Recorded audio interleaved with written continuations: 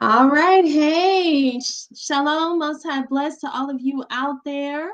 Thank you all so much for tuning in. It's your girl Neftali with New School of Thought coming at you guys with a live video on this All Hallows Eve, or should I say Halloween.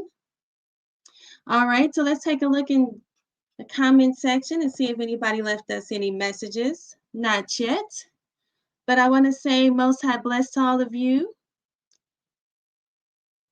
Just trying to give people some time to come on in. But all right, guys, so we are going to have some fun tonight. We're actually going to take a look really deep into Halloween. You know, everybody always talks about the history of Halloween, but they don't really go back to the root of Halloween. And what's the root of Halloween? I'm talking about not All Hallows Eve and all that stuff. I'm talking about the Anunnaki, guys. Hebrews and Gentiles are like, hey, grace and peace to you. Thank you so much for tuning in with me. And if you can, guys, please like the video, share. And if you have not, please subscribe. You know, it's been a while since I've been live, and this is me getting back into it. Your girl is feeling a whole lot better. You know, I've had some issues with my health, but you know, I'm feeling so much better, and I want to spend this time with you guys and give you all this knowledge and have some fun tonight. You know, Halloween used to be my favorite holiday. You know, I used to love getting dressed up. I used to love going trick or treating, you know, carving pumpkins. My mom used to we used to carve the pumpkins into jack-o'-lanterns. And then we used to take the pumpkin seeds and we would bake them. And then we would actually, let me start over. We used to go pumpkin picking, pick the pumpkins, carve the pumpkins into jack-o'-lanterns, take those seeds and clean them out, and then make pumpkin pies, and then take the seeds and actually eat the pumpkin seeds. You know, it's like a whole tradition. And you know, it doesn't sound so bad when you look at it like that, dressing up and all of that. But when you actually sit down and you actually look at what all this is and why do you turn a pumpkin into a jack-o'-lantern? And we're going to talk about all of that tonight. So, you know, I'm just going to wait, you know, a couple of more minutes, see if we get anybody else in. If not, then it'll just be us and we'll hang out and we'll have us a good time. And you all can share this information and share this knowledge. But thank you so much, Hebrews and Gentiles alike. Uh, like, share, and subscribe, folks. Let me go ahead and put this comment up here. Please like, share, and subscribe. And if you guys have it, you can also donate to the channel. My Cash App is ADUIC777. And but I'm just sitting around. If anybody has any comments, anything you all want to share in the chat, let you know. I'm got a little time trying to give people some time to come in. But other than that, you know, I have a really nice presentation. And if you want at the end of the presentation, you can always, you know, leave questions for me to answer, or you can always come up and I'll share the link and we can definitely have a nice conversation if you want to, you know, speak with me. But all right, so let me go ahead and get ready to pull this presentation up and let's go ahead and get things started. 1 second.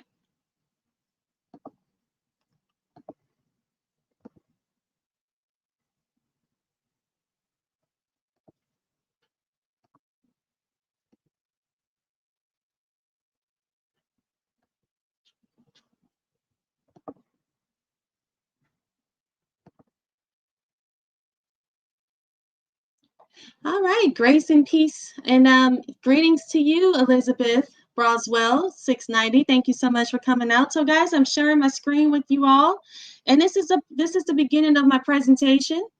It is called the True History of Halloween. Let me go ahead and hide this right here, and we're going to get into it. So, as you see, you're going to see right here. We see what we would call the traditional witch, you know, the witch's hat, the dress of a witch, the garment of a wizard. You know, they have the wizard hats. And then if you look to your right, you will see this is a Sumerian relief. And it's right here is the god Enki. And then when you look to your left, you see the goddess Inanna. And like I was saying, we all talk about dressing up. You know, you always want to dress up as a princess. and you want to dress up as a wizard, or you want to dress up as a witch, or a goon, or a goblin, ghouls or goblins. And the thing is, it's like, well, who is these witches and these wizards dressing up as? That's a question that we got to ask ourselves. Who are they dressing up as? Well, they're actually dressing up as these gods and goddesses. Right here, we see Inky with his hat, and then we also see the goddess Inanna. And we're going to talk about that. So let's get going. All right, so John 3:12, we're utilizing the King James Version.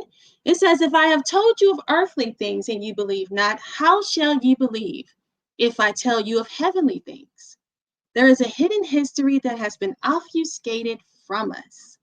So I want you guys to think about that. A lot of people want to say a lot of things are make believe or, child's play or mysticism, but actually all these things actually are real. And the Bible speaks of it. If I tell you of the earthly things, but we also, just because we have the physical realm, there's something also called the spiritual realm.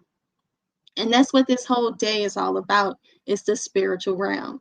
And that's why I like to use John 3:12, because it says, you believe the earthly things, but you also need to believe the heavenly things. And we're going to talk about those heavenly things. Let's get going. So I'd like to give a big warm welcome to my truth seekers, my independent thinkers, and my independent researchers. A lot of you out there that are not a part of any type of group, you know what I'm saying? A lot of these cults, a lot of these people are a part of a camp. And there's nothing wrong with being a part of a camp. The thing is that you have to think for yourself. Just because someone tells you something doesn't mean that you have to believe it. You have to take it upon yourself to take that information that they provide you with, and then you go off and you research it for yourself and you verify that it's true. You shouldn't be afraid to challenge or question anything that anyone tells you. I come across a lot of these guys, a lot of these people in these camps, and I give them the information with valid receipts, and they ignore it. And the thing is that that's because they want to be a part of this camp. Like, oh, well, that's not what Bishop Nathaniel says, or that's not what such and such says. And it's like, well, I don't care what they say. It's all about the information. Look at what the information says, right? So right here, we have Ephesians 6:12. For we wrestle not against flesh and blood, but against principalities, against powers, against the rulers of the darkness of this world, against spiritual wickedness in high places. So let's dig in. The true history behind Halloween, aka Samhain. That's what it's called, Samhain. So let's talk about Halloween's origins. Let's just dig a little deep there. So Halloween's origins are rooted in the ancient Celtic festival of Samhain. So this actually comes from the Celts, which marked the end of the harvest season and the beginning of winter. It says Samhain's origin is rooted in the ancient Celtic pagan traditions, marking the end of the harvest and summer and the beginning of winter and the Celtic New Year. It says it's celebrated from the evening of October 31st to November 1st. It was a sacred time when the veil between the physical world, okay, so we talked about the physical world, which is the earthly things, and then the spirit realm, thin, which is the heavenly. So right here, they're letting us know that, hey, this was a sacred time for the Celts, and they said that the physical world and the spirit realm thin, so it was allowing ancestors and other worldly spirits to return to earth. Celts observed Samhain with bonfires, feasts, and costumes to honor the dead, to appease the spirits, and transition into the darker, colder half of the year. Now, it says Celtic and pagan roots. It says the Celts lit bonfires and wore costumes to ward off evil spirits. So we have to think about it. What was the whole purpose of wearing costumes? Everybody gets dressed up, even though now everybody gets dressed up in the Spider-Man costume, Batman, it's all child's play, it's friendly, but actually the Celts say that they wore these costumes to ward off these evil spirits. Now, the Christians, the so-called Catholics, they came in. Catholics still are very pagan. They have never stopped, worshiping They never stopped their pagan ways, never changed their pagan holidays. All they did was they just put a nice little coating around it, right? Tried to make things look more friendly, make things look a little bit more, I guess, welcoming to other people. We know that Martin Luther, for instance, he did the reformation of the church, because Martin Luther, he was upset with the Catholic Church because he said, hey, he was calling them out. He said, you guys are still worshiping these gods. You never stopped. And he called them out, and that's when he established the Lutheran Church. However, they still have not stopped. As you see, the Celts were pagan back then. They still were worshiping this day, and this day still exists to this very day. We see right now people are out still celebrating this day. A lot of people don't know why, but they're out celebrating this day. Now, the Christianization of Samhain led to the establishment of All Saints' Day on November 1st, with the evening before known as All Hallows' Eve. So, when you hear All Hallows' Eve, that's actually what the Catholics turned it into. So, at first it was Samhain, and then it turned to All Hallows' Eve, and then now it's called Halloween. Now, traditions like costumes, trick-or-treating, and carving pumpkins are modern evolution of these ancient practices, right? But let's look at the rituals and the practices. So they do the bonfire. So right here it says large bonfires were lit to provide light, protect against evil spirits, and ceremonially relight hearth fires in homes for warmth and protection. So a lot of people that are out here lighting these bonfires, having these celebrations, I don't know. I don't want to say people don't know, because there are people that do know, but a lot of people don't know that they used to do this to ward off the evil spirits. Like I told you before, the costumes and the disguises, they say people wear animal skin and masks to disguise themselves from spirits who might cause mischief or wish them harm. Offerings, this is where the trick or the treat came from. This is where these treats came from, right? They say food and drink were left out to honor ancestors and to appease these spirits as a way to ensure a smooth transition into winter. And the feast and the gathering. So everybody wants to get together. That's why it's called a so-called holiday. Samhain was a time for great gatherings, feast, and the making of laws, as well as for communing with the ancestors. So this is all worship and praise and, thinking about the ancestors. So this is the true history behind Halloween. And a lot of people would just leave it at that, but we're going to actually dive in even deeper. So here's the crafts of Samhain.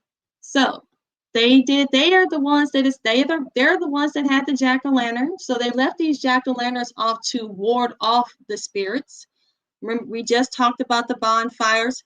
We wonder why the witches carry these brooms. We're just dressing up as them because we think it's all fun and games, but they actually carried these brooms for cleansing of the spirits, lighting candles.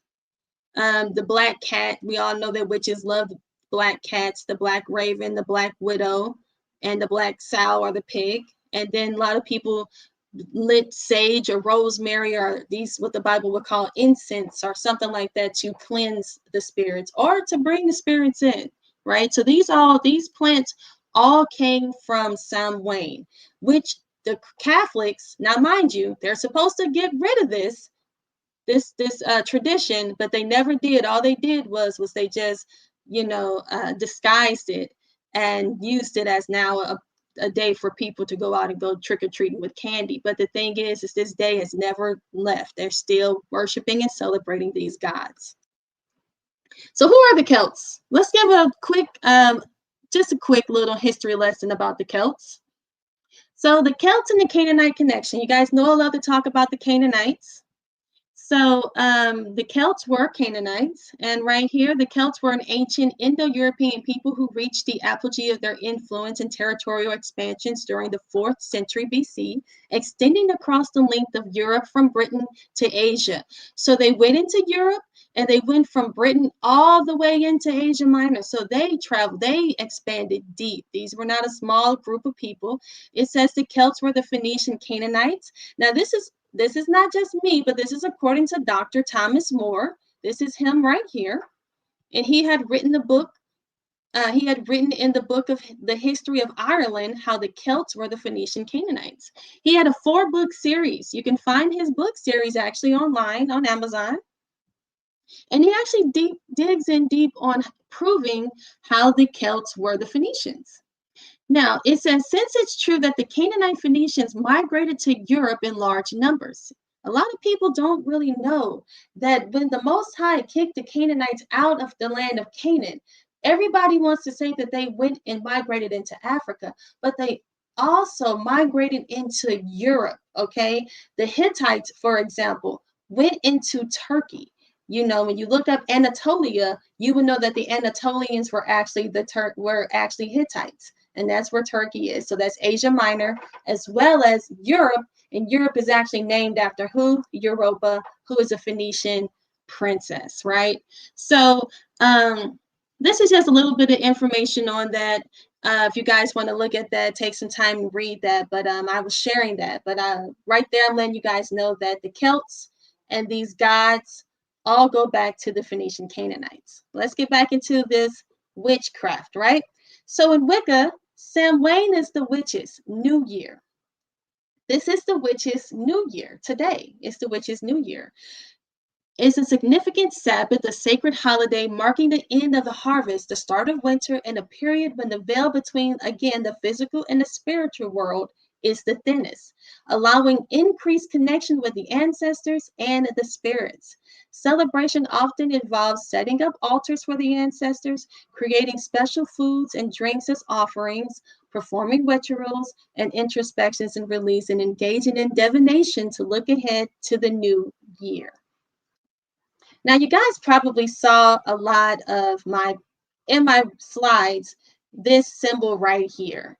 And I did this on purpose because I wanted you guys to see that this symbol was just not a coincidence. This symbol is actually called the Wheel of the Year. Okay, so what is the Wheel of the Year? So according to Wikipedia, they say the Wheel of the Year is the annual cycle of seasonal festivals observed by the who range of modern pagans, marking the year's chief solar events, solstices and equinoxes, and the midpoints between them. So right here, when you look at this wheel of the year, are actually the days of their holidays, or their so-called seasonal festivals. And remember, this goes back to the Celts, and this is still carried on to this very day. This same tradition is carried on. But we're not just going to stop there. We're going to dig even deeper. So here's this wheel of the year. When you look at this wheel of the year, you look in the middle of it, you will see a pentagram. But when you see here at the top, I got Samhain, which is October 31st. And then you see over here is Yule, which is Christmas, right? And then another one that's easily recognizable is Ostara, which is modern day Easter. Okay. So this wheel of the year are all the so-called festivals and holidays that we still uphold and we still celebrate this very day. And as you see in the middle is the pentagram. But let's go even deeper. Samhain is a celebration and worship of the Anunnaki gods. Yes. So that wheel of the year is actually goes all the way back to the Sumerians. So yes, so it doesn't stop just at the Celts. No, the Celts got it from who? The Sumerians. So this goes back thousands of years, back 5,000 years, right? According to history, they say the Sumerians were 5,000 years old. So this is actually the 8-pointed star of the Anunnaki. It says in ancient mythology, the 8-pointed star represents the god of the heaven who was called Anu. This star is actually not a star at all, but the largest planet in our solar system, Jupiter. This is called a pentacle. This is an 8-pointed star, which is called a pentacle. Now, it also says that it's the star of Ishtar, or the star of Inanna. She is who? She is the ancient Sumerian goddess Inanna, and her East Semitic counterpart is Ishtar. So a lot of you guys probably hear Inanna, Ishtar, Tanit. All those are all the same goddess. They're her. And this day belongs to who? This day belongs to Ishtar. So right now, this day where people are celebrating, they're actually celebrating the goddess Ishtar because this is her symbol. Also, Jupiter is also an alias for the god Baal. So it also represents Baal, who is also who? Enki, right? So when you go further back, they have different names. They're all the same, but they have, different titles pretty much. So right here we see Inanna Ishtar. This is her symbol. And as you guys see, this is the uh, eight-pointed star of the Anunnaki gods. And as you look here, it's the same exact symbol, same exact design. And what they did is they took those days and they're still celebrating their gods. Never stopped. Remember, Martin Luther, the Reformation, if you guys remember being taught that in school, he was actually challenging the Catholic churches. And the Catholic churches were saying, okay, we're going to stop, we're going to stop. They never stopped. And as you see, we're still upholding this day right now as we speak. So let's talk about the pentacles of Jupiter. I chose these three specifically to speak on. So this first pentacle is that 8-point, is that wheel of the year, they called it, is what they want to tell you. So when we go, let me go back for a second. So right here, when we look at Wikipedia, they call it the wheel of the year. But as you see, they say it's pagan, and they tell you that it goes back, to the Celts, but they don't talk to you about how it goes into the occult.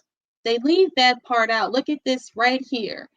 They got the different goddesses' names or the days of the week. The different festivals. As you see down there, Yule, you see the star, all of that. But they don't tell you that it goes to the Anunnaki. They don't go back to the Sumerians. They leave that out because they want to keep us ignorant. They don't want you to know that this is actually tied to these gods. So again, this is the first pentacle. This is the pentacle of Jupiter, which is Baal. And like I said to you guys, this pentacle is used to invoke the spirits of Jupiter, and especially those whose names are written around the pentacle. So right around here, people could put names, and people are doing this. People, I had stopped at this at the doctor's office, and I came across a nurse, and she was talking to me about how it was a full moon, and she was telling me how her daughter was a witch. But she was like, oh no, but my daughter's a white witch. So, I guess that's supposed to mean something different. She's not the black witch, she's the white witch.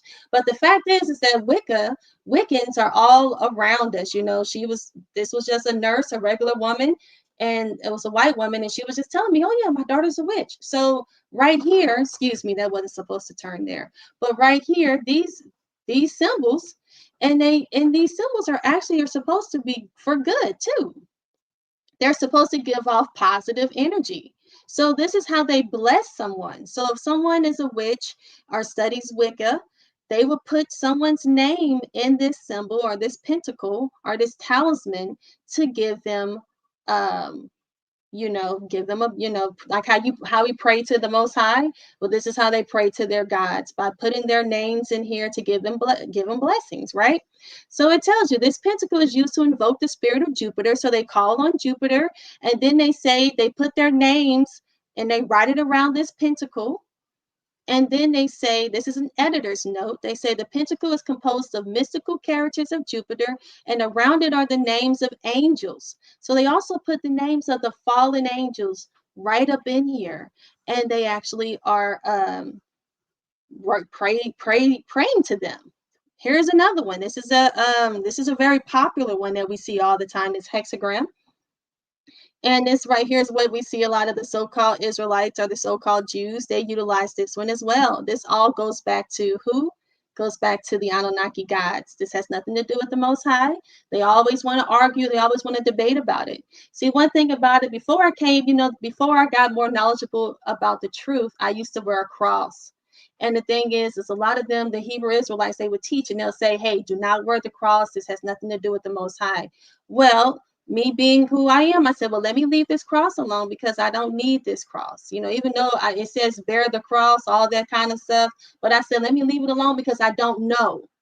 So here I have a lot of information about this pentacle right here with this so-called, they want to say the Star of David, all this information about the star of Molech, all that kind of stuff. But they don't want to seem to let that go. They don't want to seem to, part ways with it. The fact is that there's a lot of information that says otherwise. So why don't you just let it go? Just like how you let the cross go. Why don't you let this pentacle go, or this, whatever you want to call it, Star of David go? You're not sure. But guess what? They don't want to let it go because it has too much power. They are actually worshiping this thing. They don't know it, but they are. And right here it tells you, this is the pentacle proper for getting glory, honor, dignities, riches, and all kind of goods. And who are the people right now getting all the glory, the honor, the dignity, the riches? The riches, the so-called Jews. And guess what? They parade this symbol all around. And they're getting all the glory, the honor, dignities, and riches. And the Most High doesn't want us to have these symbols. But guess what? This is the world of who? And then who is these people? They are the synagogue of who? Synagogue of Satan. So right here it says, it also used to discover treasures and to chase away the spirits who preside over them. It should be written upon virgin paper or parchment with the pen. Right here, this website actually broke down how you can actually utilize these pentacles and how to pray. And I was like, wow, it's telling you right now, when you use these pentacles, you're supposed to use them on virgin paper and parchment with a pen of the swallow and the blood of a screech owl. So I don't know where you get this stuff from, but people are out here doing this, okay? And they say this is used to get wealth and riches and righteousness. So a lot of people who are up here in power are utilizing this pentacle and utilizing these practices to be able to get, they say, hey, you write your name in blood, you sign your name over in blood to worship, people who go into the music industry, and they say, hey, you sign your name over in blood to the devil, to worship the devil, to be able to get the fame. And here's a lot of the pentacles that they're utilizing, and a lot of this goes back to who? Goes back to the Anunnaki gods, or the fallen angels, or the Nephilim, whatever you want to call them, right? So here's the seventh one, and this one here is also derived with Jupiter. And if you look up Jupiter, you'll know that he's tied to, again, Baal. But all of these are supposed to give you riches and wealth. But the main one that we're focusing on right now is this one here, because this is the one that we see where? Right there. This is the wheel of the year. And unknowingly, we're participating in this because every single holiday, so like, right, the next one, right, is Christmas. And that's right there. And all these days, when you look at Christmas, what is it? It's a festival, and everybody's supposed to get together. It's supposed to be nothing but love and, celebrations and fun and family. But just like it's a bad side, a good side, there's also a bad side. That's why the Most High told us to leave this stuff alone. Speaking of that, I get a lot of people coming to me about this so-called uh, this talisman, right? And they want to call it Solomon's ring. Okay, this is the same thing. All these different ones, the pentagram, all of that goes back to the Anunnaki. So it says the pentacles of Jupiter are powerful magical talismans from the ancient grimoire of the Key of Solomon. Now, a lot of people like to talk about, argue with me and say, hey, this ring, it wasn't even a ring at first, but this symbol is what Solomon had used to defend himself against the demons. Well, and when you look at what the Celts were saying, the Celts are saying that they're fighting against the demons and fighting against evil spirits with these same talismans. The thing is that King Solomon had many strange wives, and he worshipped different gods and goddesses. We don't know who gave him that ring and why he had it. It's not in the Bible. Again, why are you messing with this? You need to leave it alone. Correct? Well, let's just keep going. So, where did the witches get the ideas for these hats? Right? Why do witches wear these hats? Well, this is again a sigil from the Sumerians, clay tablets. And when you look here, this is them showcasing the Anunnaki gods. And who you have here is Enki. As you see, they all have these so-called pointed hats. Here's Inanna, and today is her day, right? Samhain is actually the celebration of this goddess right here. And she has the cone, the so-called pointed hat, witch's hat, wizard's hat, and these are also called cone hats. So let's talk about that. Where did they get it from? Well, first let's talk about who are the Anunnaki for my listeners out there that don't know or may not be familiar with the Anunnaki. Let's talk about them. So the Anunnaki derived from the Sumerians words Dinuna or Dinanu, meaning princely offspring. Princely offspring. The offspring of who? They're the offspring of the fallen angels. We all know the fallen angels came down and they mixed with the daughters of man and they created the Nephilim. And that's who they are. They are the Nephilim. Okay. So it says they appeared in mythologies of the Sumerians, Akkadians, Babylonians, and the Assyrians. So the Anunnaki not only were talked about from the Sumerians, they also were worshipped by the Babylonians. They also were worshipped by the Assyrians, as well as the Akkadians. And these were very large civilizations. Okay, these weren't no small time, people. These were actually big, huge civilizations. We know that the Most High said, we know that it was written in the Bible where it says, choose ye who you're going to serve. Either be the Most High or the gods of the Amorites. Who are the gods of the Amorites? They're the Anunnaki gods. So they've always worshiped these gods. And people want to act like this just appeared with the Sumerians and died off with the Sumerians. No, the Babylonians worshiped them, the Akkadians, the Assyrians, all of them worship these gods. And it says they were often depicted as powerful gods with the authority to decree human destinies. These deities were believed to be the offspring of the sky god and the earth goddess Ki. So right there, it tells you it was the offspring. So this right here is actually telling us, and it's historical. This is a historical account of the Nephilim. So if you're looking for an historical account of the Nephilim, they're the Anunnaki. The biblical account is the Nephilim. The earthly account is the Anunnaki, right? So you mix those two together. So not only do we have a biblical source, we also have a historical source. So people who want to sit up there and say, well, that's just in the Bible, no, it's also found in history. So right here it says these deities were believed to be the offspring of the sky god and the earth goddess Ki. In early Sumerian texts, the Anunnaki were considered the supreme council of divine beings, tasked with major decisions affecting both gods and humanity. So they ruled. They were in charge of humanity. So let's talk about the Anunnaki, who are the Nephilim, and the Anak, the sons of, so we know the Anak, the sons of Anak, are the children of Anak. That's another one, the Anakim. That's another term that the Bible called them, the Anakim. And I told you guys I was going to be doing a video on the sons of Anak, the Anakim, and I have that. That will be coming out shortly after this video. I will be having it coming soon. But right here, so let's just I'm going to do a brief I'm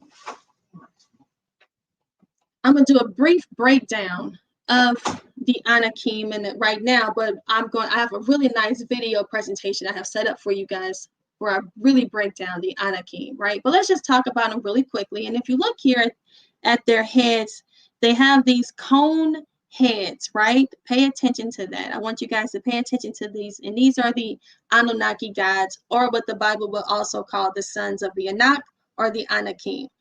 So right here it says the Anakim were a formidable race of giants, warlike people. According to Deuteronomy 2:10, 21, 9:2, who occupied the lands of southern Israel near Hebron before the arrival of the Israelites. Joshua 15:13. It says the Anakim's ancestry has been tracked back to Anak, the son of Arba. Joshua 15:13, 21, and 11.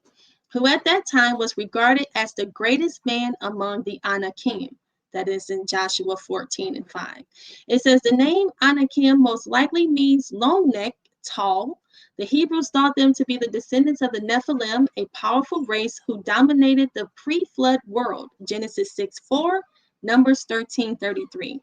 It says when the 12 tribes of Israel, so the 12 Israelite spies returned from exploring the promised land, they gave a frightening report of the people, great and tall, who they identified as the sons of the Anak.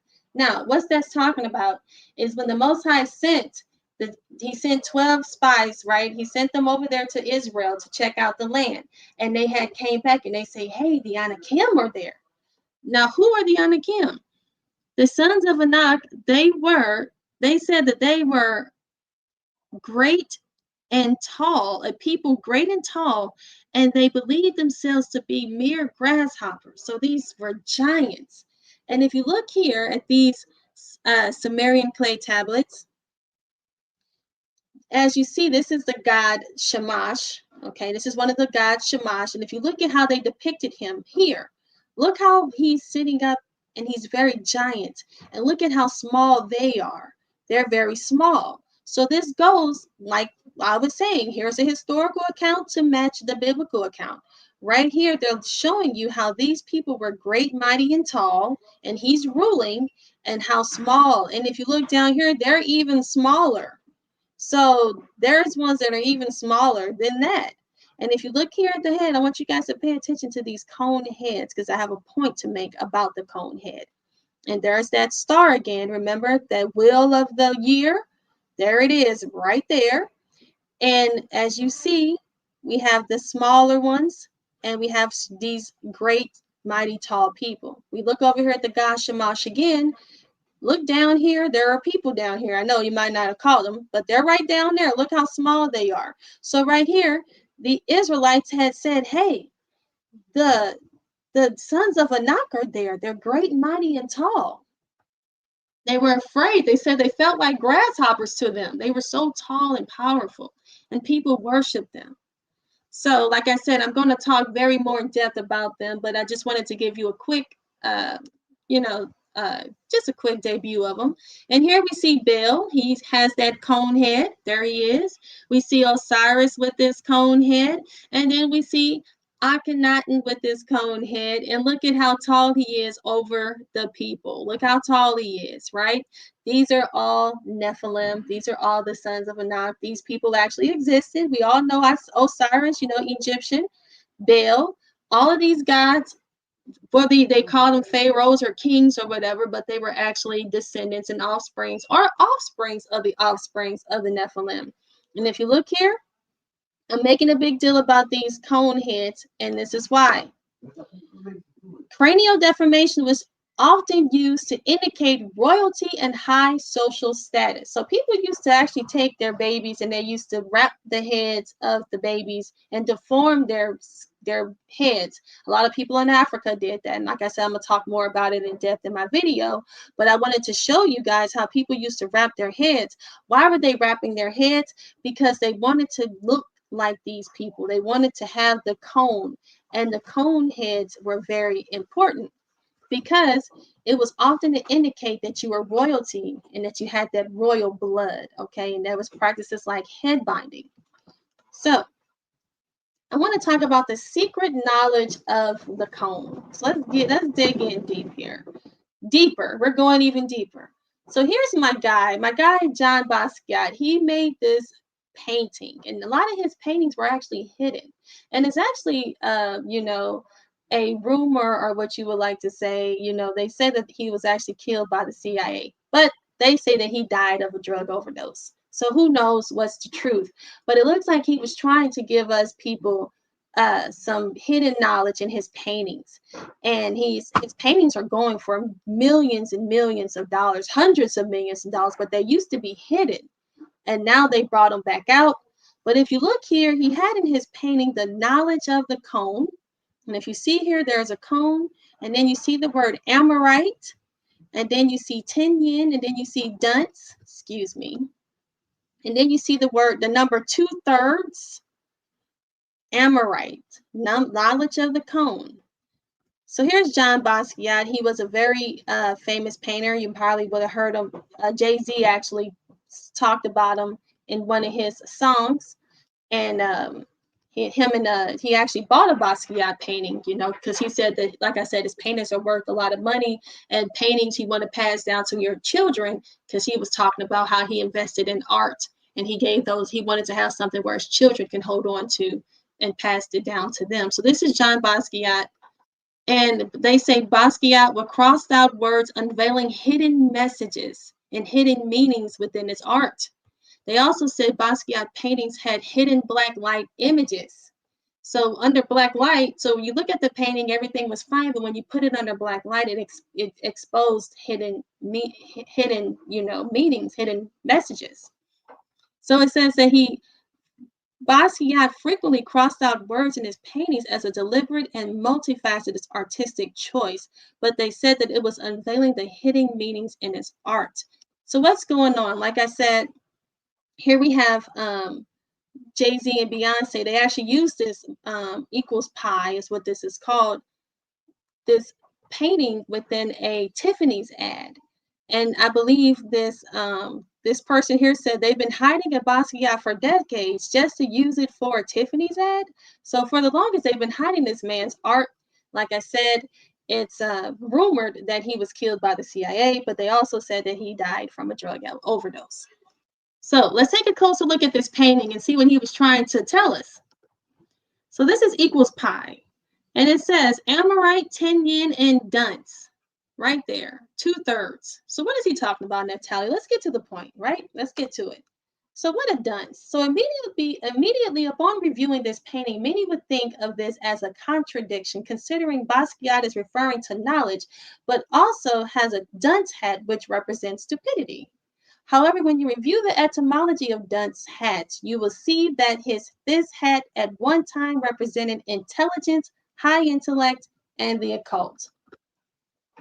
So the first thing we see in knowledge of the cone is a dunce hat. What they taught us about a dunce hat. So a dunce, it says, in a mild insult in English meaning, a person who is slow at learning or stupid.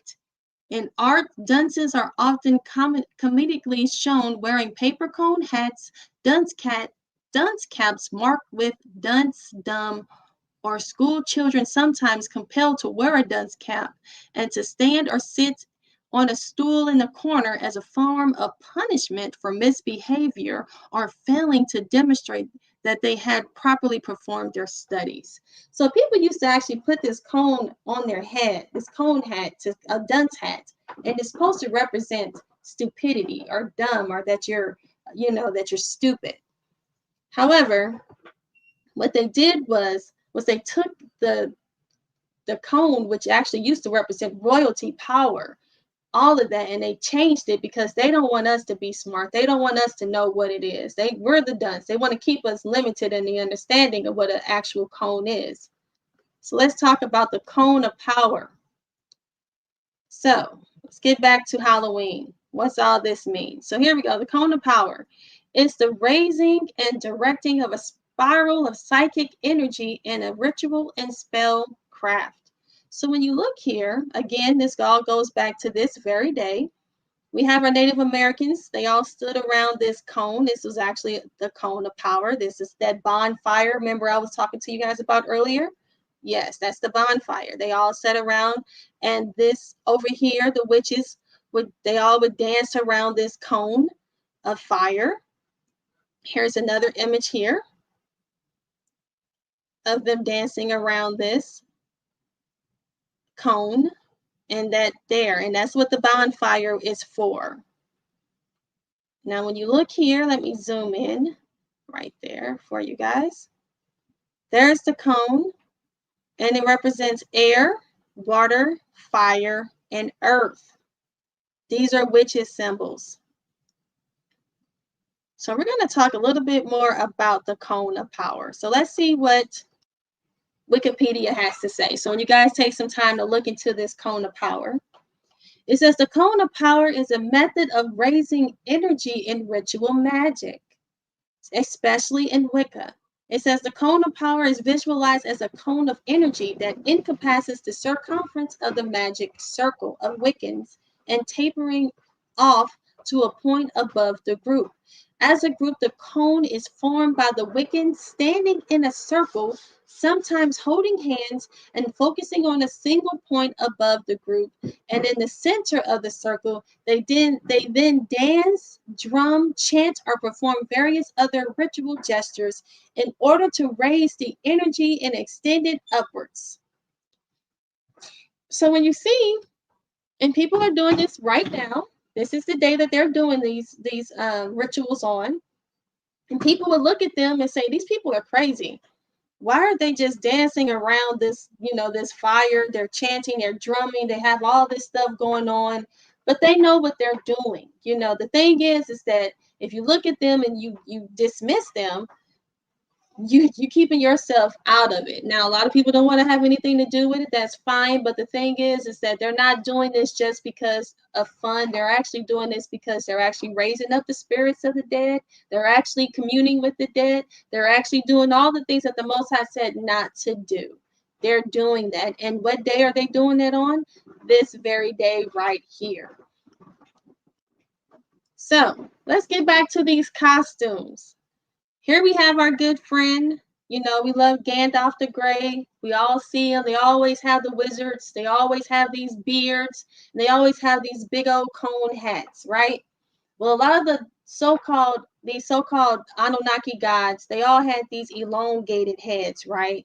Naturally. And that's why they wore these cone hats. And also remember that we talked about how the cone represented power. So we see Enki right here. This is the god Enki. And here is a wizard. Who is he looking? Who is he channeling? Who is he trying to look like? He's trying to look like his God, who he worships proudly. The thing is that we don't know that. They keep us in the dark. But this is who the wizards are looking like. This is who they're channeling, and this is who they're worshiping. So let's look into what a wizard is and where did it come from. So the word wizard comes from the Middle English meaning wise, so a wise man. It says the ard, so we have whiz. The word ard got tacked on later, came from the French ard or the German hard, both meaning hardy, and served as an intensifier, meaning not just a wise man, but a mega wise or super wise or, very wise. It says wisdom is not magic. However, the magical association came later. That's not true. Wisdom, the thing is knowledge, is power. And a lot of these wizards are the ones who had all the power because they're the ones that had all the knowledge. Remember, when the fallen angels came down, the fallen angels taught the people. They gave them knowledge. They didn't know anything. The fallen angels, the angels were supposed to come down here and they had a job to do. And they were to help us. But instead of helping us, they wanted us to worship them. So what people started to do is they started to worship them, and in return, they started to give them the knowledge and information, taught them how to make weapons, taught them how to do a lot of things. And that's what the wizards came in. The wizards would come in, they'll commune with the fallen angels, and then in return, they would get this knowledge, and then they became in charge, and then people would come to the wizards, and then the wizards would give them the information. So it says, back in the day, you didn't have the internet. Books were rare and expensive. To gain knowledge, you had to acquire it through the teachings of another or from direct experience. It says, thus knowledge almost directly equated to power. Someone who knew something other did not was perceived as powerful. So that's why they keep us limited and keep us in the dark. A lot of us don't know anything about this information, so we remain ignorant. They want us to remain ignorant. This is done purposefully. A lot of people who say they don't believe in any God. I'm an atheist. I don't believe in a God. But you dress up and you go out and you celebrate Halloween.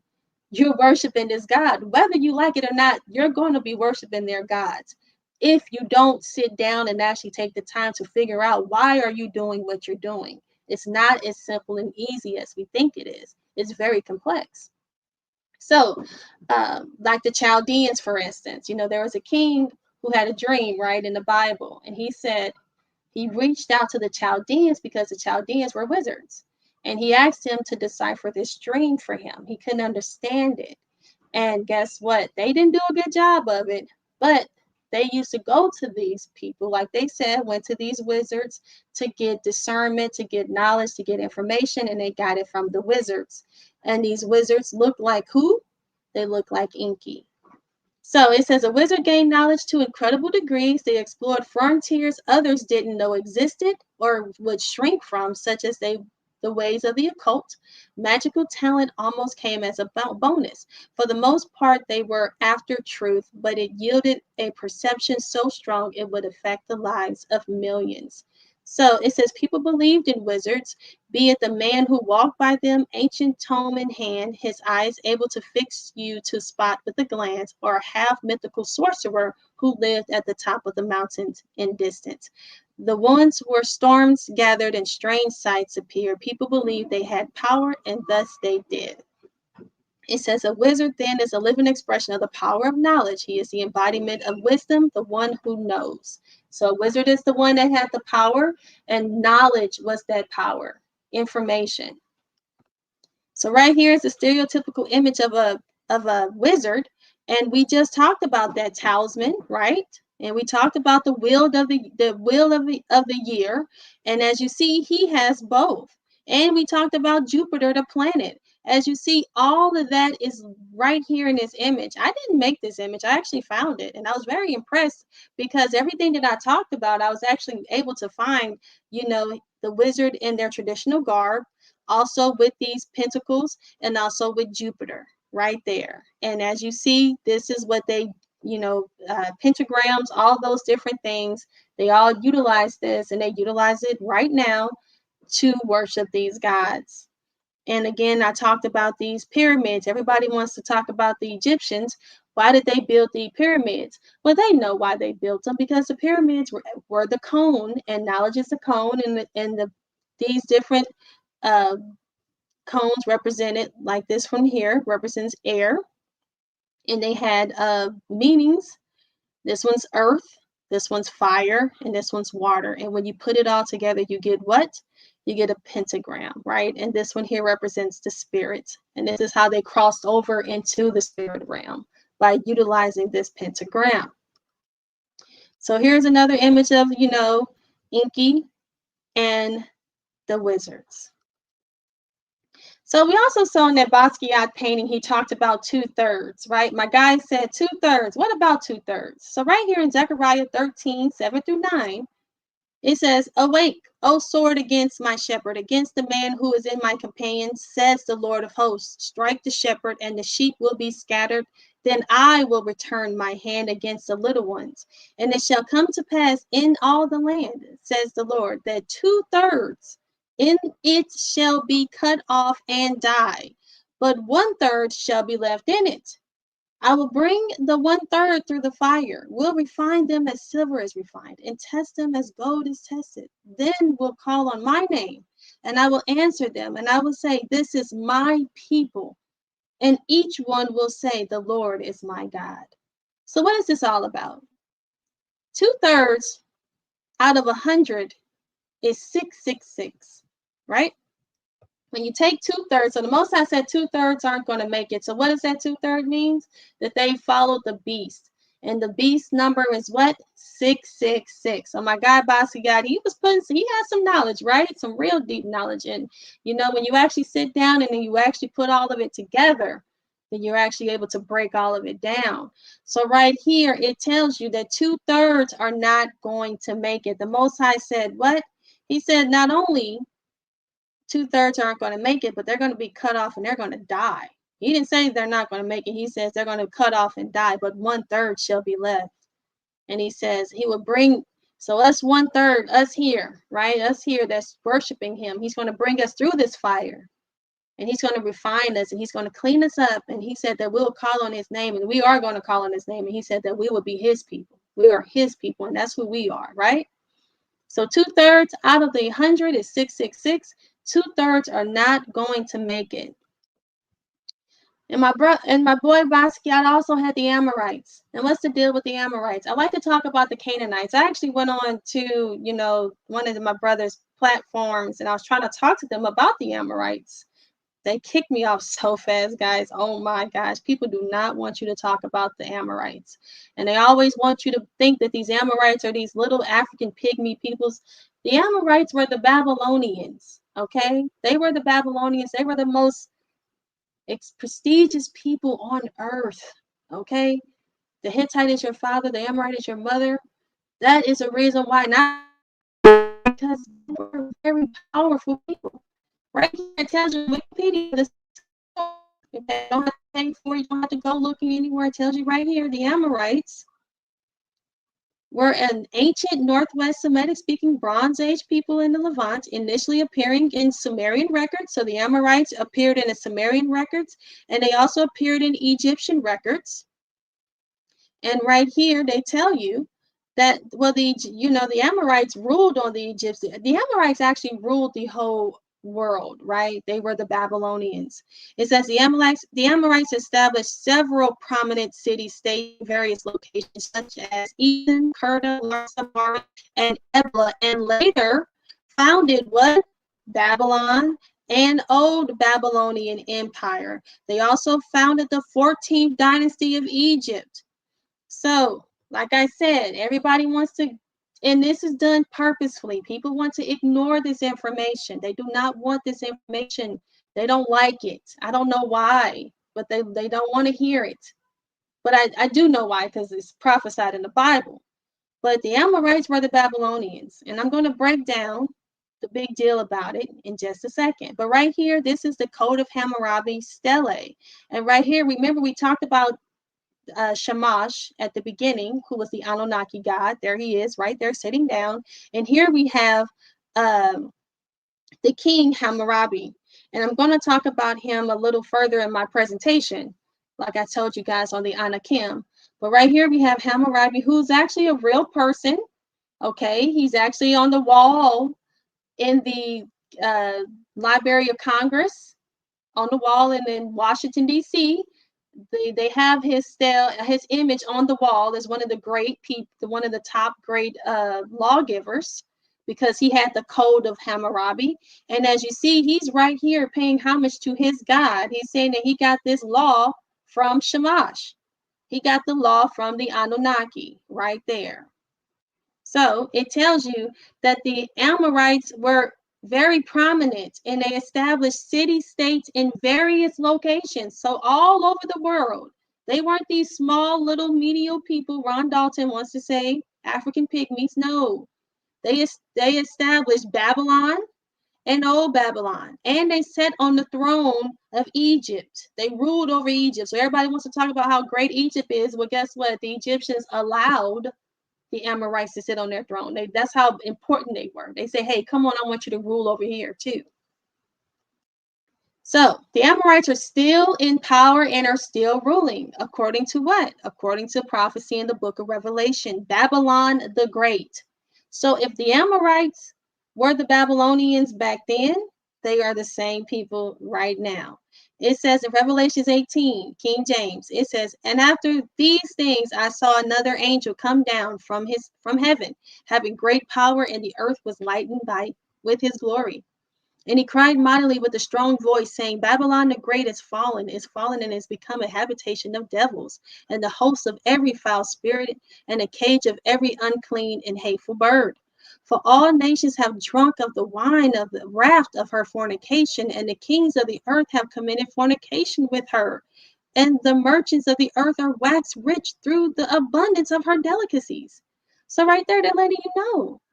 It says that they have fallen, meaning they have fallen, not that they failed, but they have, well, they failed, but not saying that they're not in power. But the thing is that they started to worship these other gods. They've fallen away from Christ, from the Most High. And it says here that all nations have drunk of her wine. Right now, America is so empowered that everybody believes in what? They all believe that they came from apes. I debate people all the time. And they actually is one guy, shout out to Unc. He believes that he has fur. He actually said it.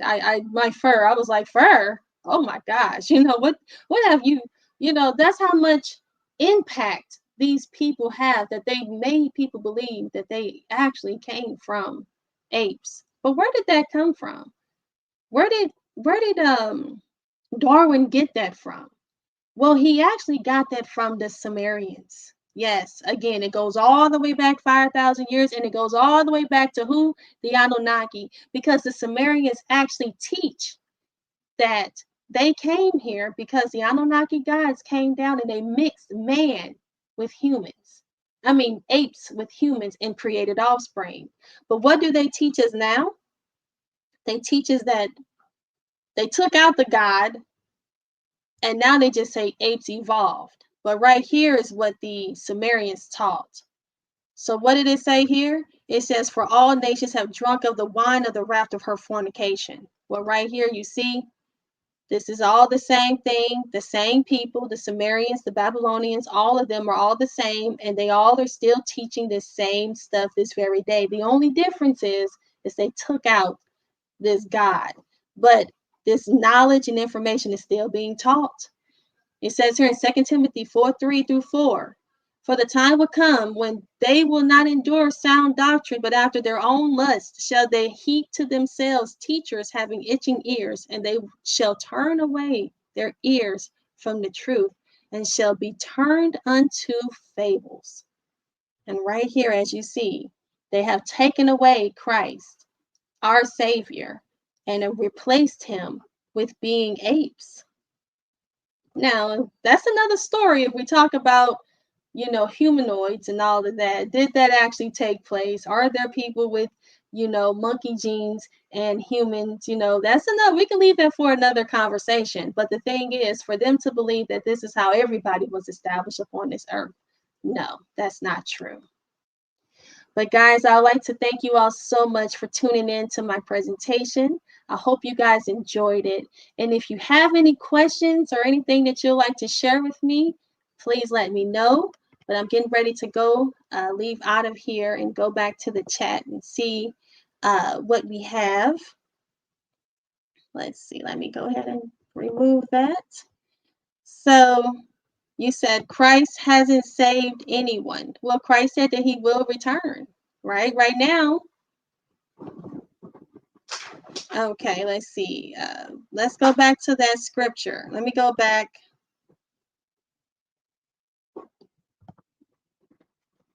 Right here, let's go to this scripture right here. It says, that's why I talked about the 2/3. That's why it's important to talk about the 2/3.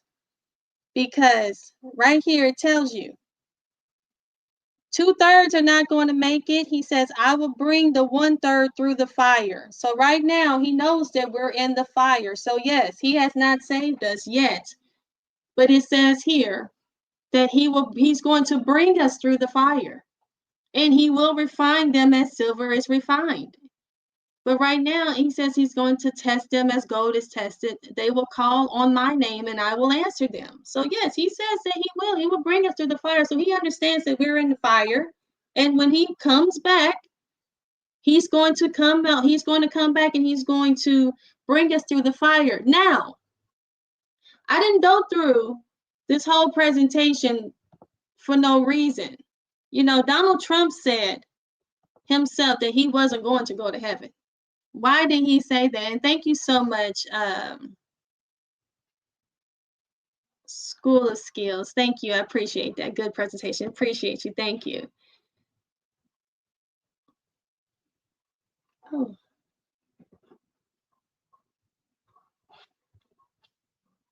I don't see that. Where do you see that at? Okay, guys.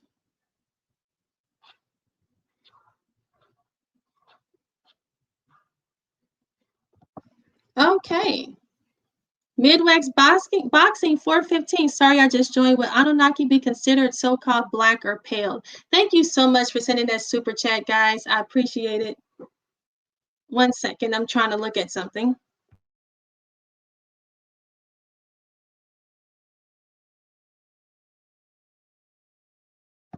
When you go back 5,000 years ago, everybody was so-called melanated on Earth. As a matter of fact, let me show you guys this image that I had in my presentation. Let me go back and show that to you guys. I want to make sure you see. 1 second.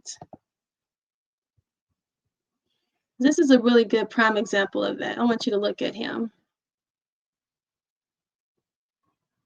Let me make him bigger so you guys can see him. So right here, when you look at the god Shamash, look at him. He actually had, if you can see, he actually had he looked kind of brown. Looked like they had some brown on him there, right? If you look there, he looks a little brown. Look at his hand. Looks a little brown, Look at them down there. Look a little brown. His toes. Yeah, they were very I mean they were very well artistically, right? They designed him very well. But if you look here, just as black as his beard was, so his beard was all the way black. His skin was also brown. So yeah, so people back then were melanated. Does that mean that they were Negro? No, but that doesn't all like what they say, all skin folk and kinfolk, but everybody was melanated at a point in time. So they lost their melanation with the mixing. But to answer that question, but thank you so much for sending that super chat. And if anybody else wants to help, with the channel and help donate, you can donate to my Cash App at Neftali. I'm sorry, at ADUIC 777. But let me go back up here and see what else. If there's any other. You said Anunnaki equals sons of the Anak in the scriptures. Yes, that's right. They are the Anakim. And like I said, I have a video that I'm going to actually be showcasing, releasing to you guys probably in a day or two, where I break down the Anakim, right? And it says, what I get confused is if the Israelites are melanated, when the angels were banished here, did they turn white? Well, the mixing, right? They mixed with the fallen angels came down and they started to mix with the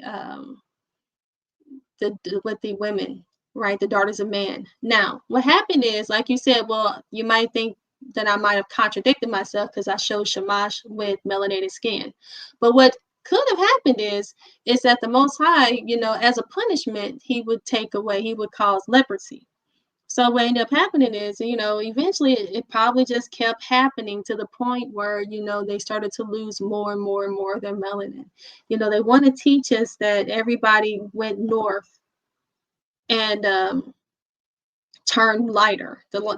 Everybody started in Africa and they all went north. Well, no, that's not true, because the Minoans, who were the Greeks, who went to the Greeks, were actually melanated, and they were there for a very long time and they never turned. That all that stuff that they taught us back then, it's not true. It is not proven.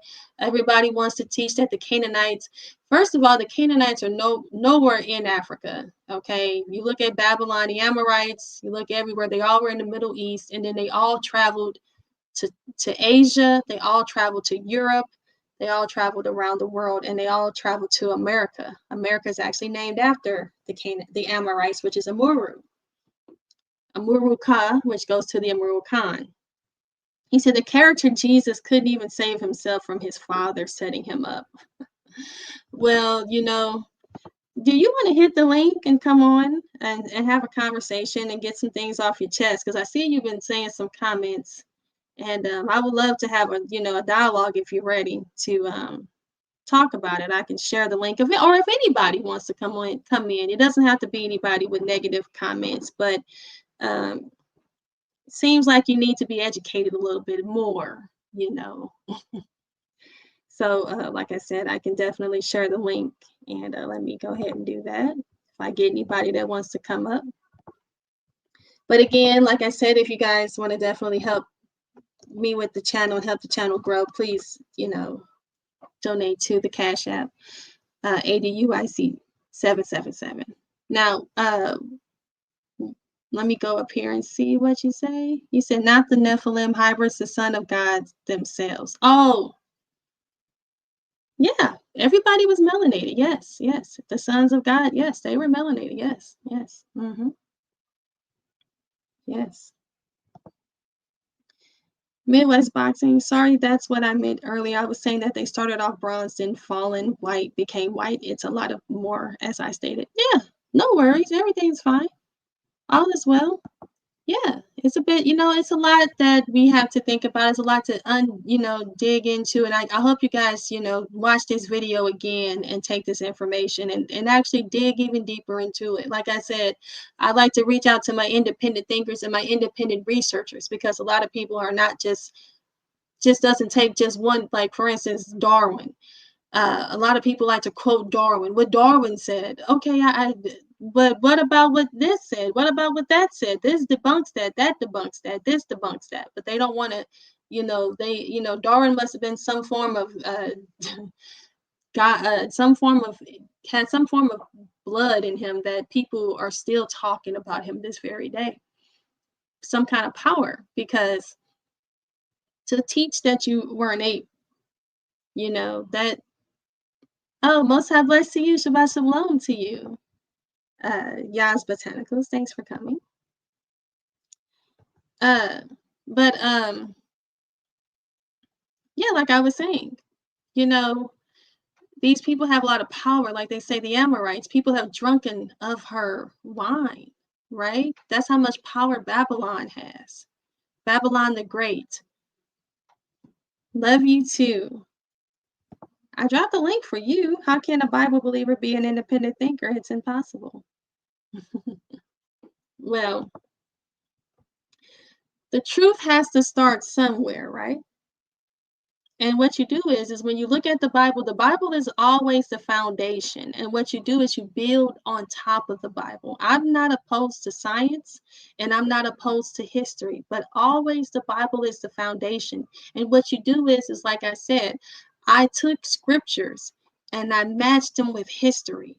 So when people want to talk about the fallen angels, well, here we have the Sumerians talking about giants. And here we have the Sumerians talking about, not only do we have the Sumerians, but we also have the Dogon. We have, which is in modern times. We have many different people, all these different accounts. Who's the crazy person here? Who's the person that's actually, they want to tell you that it's mythical. But for some reason, every October 31st, they make sure they put on these people make sure every October 31st, they take time. My kids were out of school today, okay? They take time to worship their gods. They make sure they keep their gods relevant. Today is Friday, which is Frida, is a goddess. Yesterday was Thursday, which is for Thor. Wednesday, which is for Odin. Okay? This isn't, again, coincidences. These people they've always been loyal to their gods. Who's been the ones that's been the most disloyal? Are the so-called children of Israel, the Israelites. We're the ones that have been the most disloyal. Christ has always said, why don't you want to worship me? Why did you forget about me? Why do you keep worshiping these other gods? He said he was jealous that we were worshiping these other gods. We were going off and worshiping. And so what he's doing now for you, Blizzak, since you don't want to come on and hit the link, let me explain to you what Christ is doing. See, all through the Old Testament, if you read the Old Testament, all he was doing was forgiving. He'll put us in captivity. He'll send prophets. He'll warn them. Hey, if you don't change your ways, he sent Job. He sent all these different prophets to warn us and say, get yourselves together or I'm going to do this. And what did Israel do? They ended up, what? Worshiping the other gods again. They'll stop for a second and then they'll get themselves back to, back in order. And then they'll go right back and worship other gods. Or some would never even stop. Now you say an emotional God. You say he's an emotional God. Well, you have to look at it this way. I don't know if you have any children, but see, he's our father. We are his children and he loves us. So the thing is, just like a father loves his children, I'm a mother, right? And I have my children. And even though my children disappoint me, no matter how much they do, I still forgive them and I still want to love them and I want to help them. No matter how much they disappoint me, I always come back and I say, you know what? I forgive you. And that's what Christ is. He's our Father and he loves us. It's nothing to do with emotional. It's just the fact that he's our Father. He created us. He's the reason why we're here. We're his offspring. You said you're at work. You do have a job. Yes. And yes, that is good, Hebrews and Gentiles alike. He has emotions and mercy. Exactly. He has love.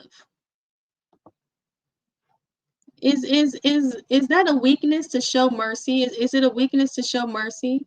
as that's emotional. But if he was what? I mean, what do you expect?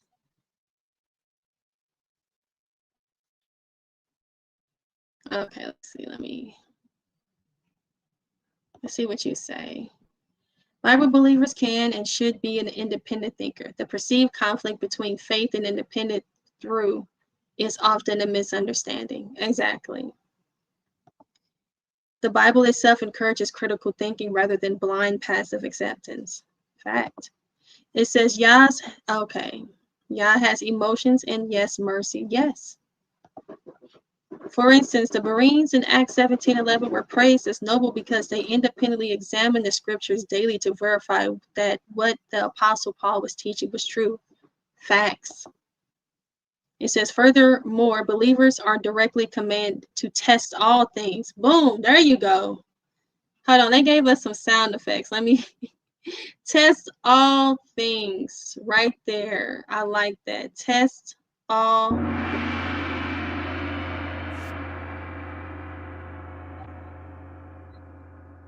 Test all and to be ready to give a reason for their hope.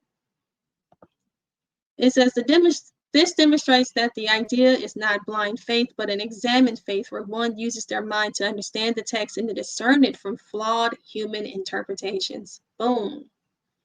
You said you got something to show? Well, come on and hit the link.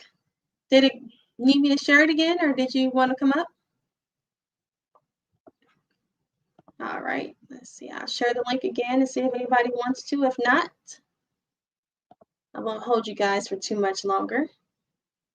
You said, just like he says, it's best to be equipped with knowledge and related. Yeah. What did he say? He said, my people are destroyed for a lack of knowledge. And the thing is, a lot of people, what it said in the scripture, it says they turn their way, they're turned away from the truth. They're turning their noses up to the truth because they don't like it. So we have a balance. Great, good. It says Adam and Eve were casted out for gaining wisdom. No. That's not true. If they didn't have to, she didn't have to gain wisdom through that way. That means if you want wisdom and knowledge, that's why he sent the angels. Everybody wants to do things the way they want to do it. It's an order. All information is readily available. Okay. People are just, he wants us to have knowledge. Just the thing is that if you want to put a pentagram in the middle of the floor and you want to actually try that out, you may yield some results. You may get something that shows up. This man had a lot of people believing that they were about to get raptured. He said something showed up. Something probably did show up and tell him that something was coming. And people were selling their homes, cars, quitting their jobs. They really all stood out there and they really thought that they were getting ready to get raptured. I don't know why, but that's because he went and he probably was using all these talismans. We see a lot of people with these symbols. They're not there because it looks good. They actually have true meanings and true spiritual power and energy behind it. You said once she took from the tree of knowledge, she was casted out. See, the Most High, Christ wants to test us, right? He told them not to eat from it, but why would he create something like that in the first place? Why would he create it? It's all about testing. It's choices. If he didn't want you to have it, apparently, he's the one that created the tree of knowledge of good and evil. You got to understand there's a tree of knowledge of good and evil. It was in time. So you have to understand, if he didn't want you to have that information, he's the one that created the tree in the first place. He's trying to give you choices. He wants to see who's going to adhere to him. That's why he said, right now, I said to you guys that Christ kept saving all of us. He kept coming back.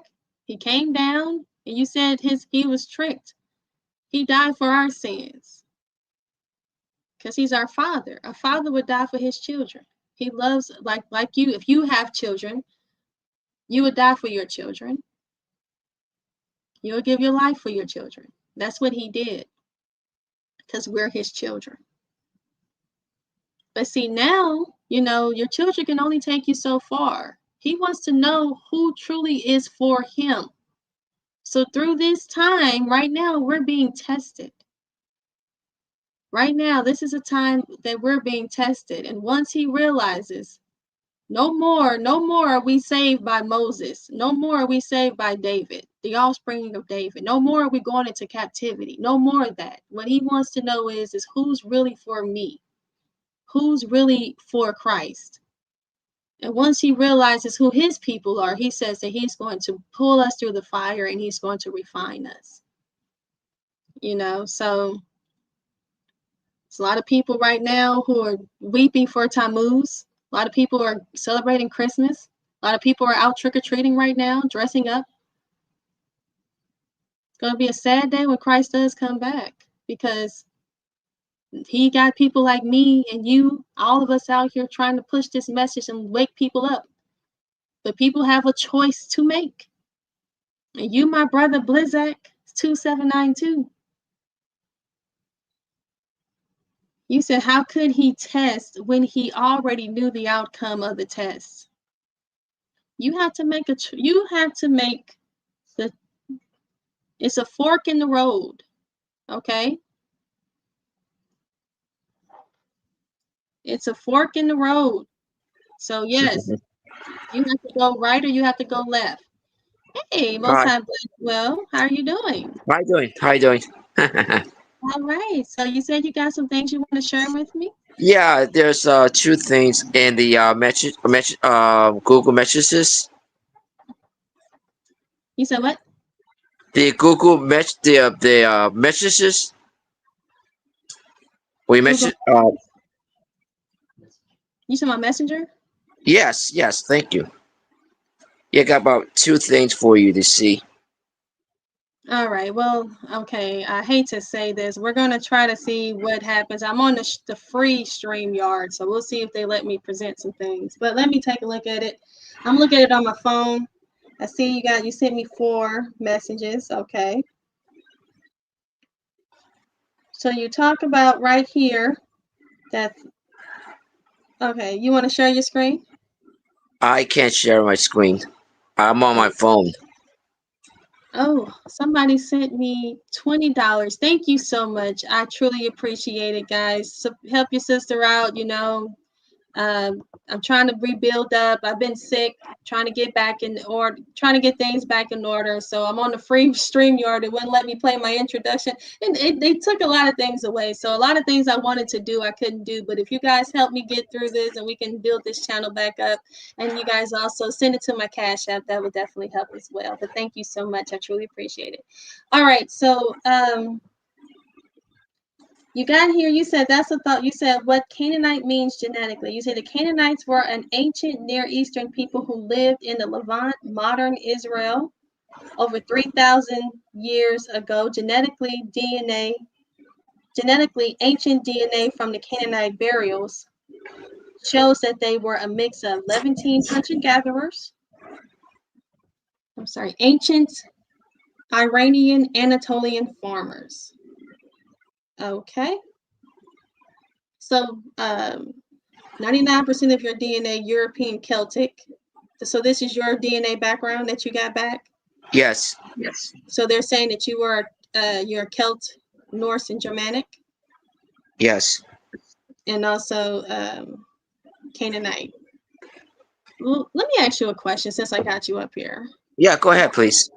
Why do you think they don't want us to know that the Europeans were Canaanites, even though the continent of Europe is named after a Canaanite woman?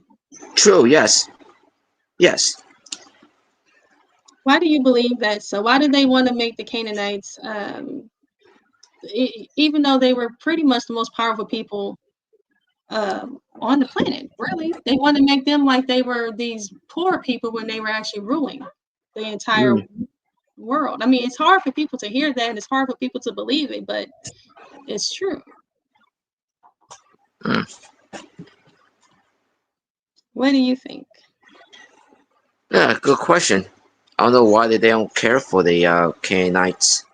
I mean, I really don't get it with these people.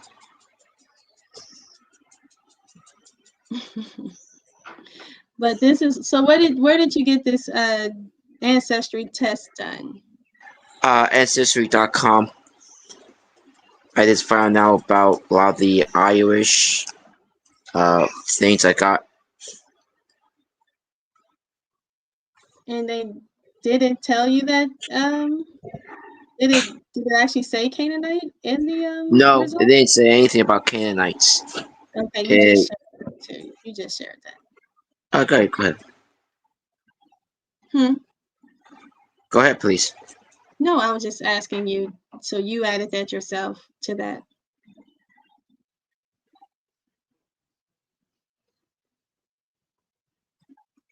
Did you hear me? Yes, I hear you. I hear you. Okay. Am I making sense? Just want to make sure I'm clear. Okay, so it says all modern humans originated in Africa. Yes. Is that before the flood? Actually, we come from the same person that we all come from. Why do you think it's Africa? Why Africa when we look They at the said we came from Africa and traveled to the uh East Asia and that's what become we become uh Asian North Eurasians and the Yamaha something. the out of Africa theory, but the thing is that according to scripture though, it, Mount Ararat, we know where that's found. That's over there in Turkey. So they say that according to biblical scripture, it says that they migrated from there and migrated, and Shem inherited the lot in the middle of the earth, which is Africa. So, before now, it's interesting how they twisted the words of with this Mm. out of Africa theory. They want everybody to believe that everybody came from Africa and migrated out and went north and got lighter. That's what they teach.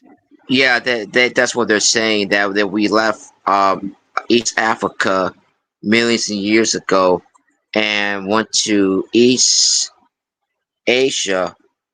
I don't know why. We went to East Asia and then I had like some kind of Western hunter gatherers, something like that. Please Hunter gatherer. understand, huh? That's a hunter gatherer. Okay. Well, Yeah, the thing yeah, people weren't as prehistoric as they want to make us believe. People were actually very advanced in knowledge.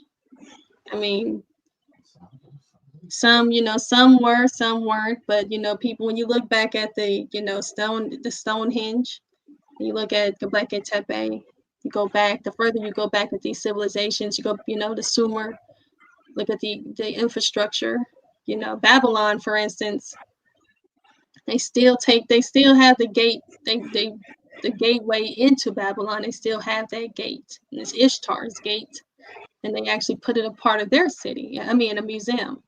So they are very aware of history. They're just keeping it away from us. yeah. They say that we're related to them, also related to EEF. That's the farmers.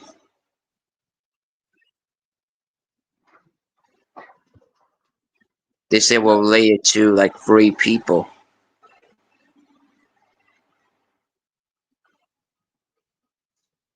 okay. So you say the Canaanites came from southern Levant, Europeans Yeah, came that's from the ancient populations. Yeah, That that's split. what they're saying. So you say so Europeans and Canaanites are distant cousins, but not directly descended from one another. Is that your theory? Yeah, that's what they're saying. I just it's a thing. It's Distant cousins, but not related.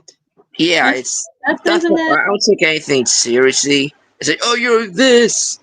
No, I don't take anything seriously. I if it's your what you think about it. Because I was well? wondering, okay, I don't know what a distant cousin is, because a cousin is someone that is, I related don't. to them. Yeah, when I have And cousins, we all we go do back. look like them. Actually, we do look like them. Actually, so that's my dogs. Well, thanks for coming up and sharing that with Yeah, me. that's okay. Yeah, yeah, thanks for sharing that with us. Yeah, definitely, they want to keep this information hidden, for them to say Yeah, distant cousins but not related. I mean, that right there lets you know that, I mean, there's something really fishy about that. If they say we are cousins, what's that really mean? I mean, be honest with me. I I love mean, that. really, yes, we are related to the Canaanites. They are a Caucasian group. Facts. Yeah, let me give you a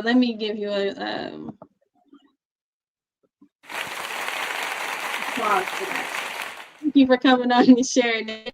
People, you know, uh, it's hard. It's a hard pill for a lot of people to swallow. Because I guess they've been taught that Ham, the land of Africa, is hot when Africa is actually not very hot.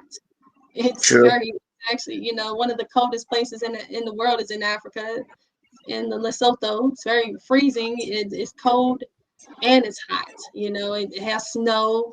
From the deserts get very cold. Everybody knows it, and it snows there.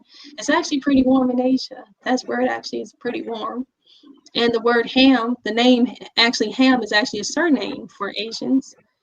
Mm. And Oh, well, so yeah, the Asians, yes, yes, the Japan, Chinese, yeah, the Asian people, yeah, yeah, we're related to them. Yeah, that's that. Hey, you have something. We are related to them. So they're trying to say something. yeah, definitely. So I have, presentations and videos, and I'm going to be talking about the Sinites. I'm going to be, like I said, I'm coming back, and I'm going to be able to share with you guys share more of this information with you guys, and bring it to the table, bring it to the forefront. The Silk Trade Road, all this, all that good stuff, all goes back to the Sinites, who are actually very powerful people. When you look at the Bible, and you hear about the Hittites, you hear about the Amorites, and then when you actually go look at the Babylonians, then you actually go look at history, you say, wow, these people actually existed, but you never heard of them. Actually very powerful. The Hittites invented iron. The Hittites were Mm, very powerful. yes. You know, they were the dukes, and they were royal. But Mm. um it's just really interesting, but like I said, I can't wait to share more, but thank you for coming up here to let everybody know that, you sharing the sources and sharing your information, letting us know that, hey, you know who you are. It's nothing wrong with that. Christ is, he's going to save Oh, thank everybody. you. A lot of people aren't going to make it, not because of, like I said, he's doing it off an individual basis now. I believe, he wants people to prove that they are actually believers of him, not because it's in your bloodline. He said the DNA being used in Gentiles in origin, haplogroup J, its subgroups are all European in origin. R1B would be more the Irish. R1B, yeah, the Celts. Looking at the Celts history. With the Stonehenge that you guys have out there, that drove all the way down here to America, the America Stonehenge. And then when you look at Salem, and look at the but you say it's Canaanite too? Mm-hmm. Hmm? I'm looking at the comments. It says, but it's Canaanite too. Okay. But did you have anything else you want to share with us? Because if not, I'm going to go ahead and just Oh hop no, on. that's all right. That's all right. But thanks for coming up with me, and thanks for sharing it with us. And if anytime you have anything else you want to you want to share with me, or you want to share with us, I'll be live again, and we can definitely have a conversation and we can talk more about it. Hey, thank you. Okay, thank you. Well.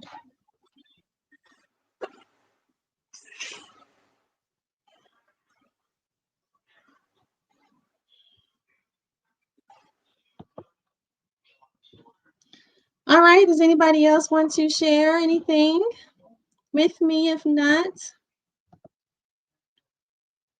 you said check out the Hebrew of Israel YouTube, Naphtali. He's a good brother who explained the DNA accurately. The Hebrew of Israel.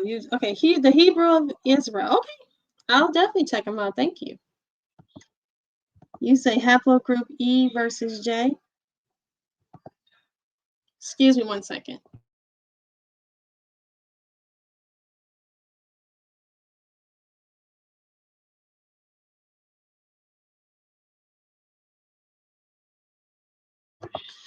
And yeah, so you guys know, I'm coming back and I'm looking at my algorithm, and Yas Botanical,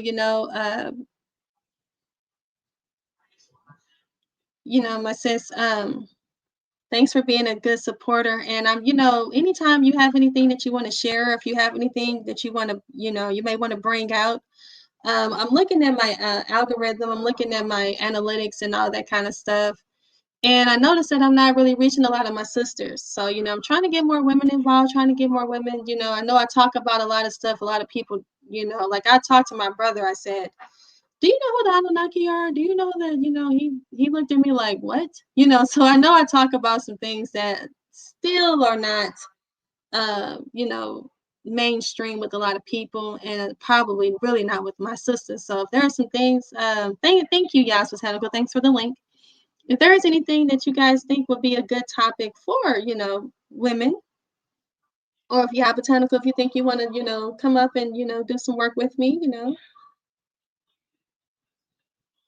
Okay. 1 second.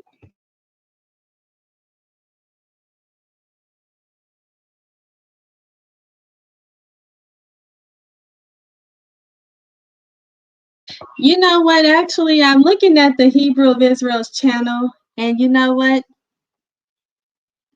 I think one of my Garfield, he was trying to set up a debate with me and him, and he turned it down. So yeah, I'm familiar with him, and he had some things that I wanted to have a debate with, or just a conversation.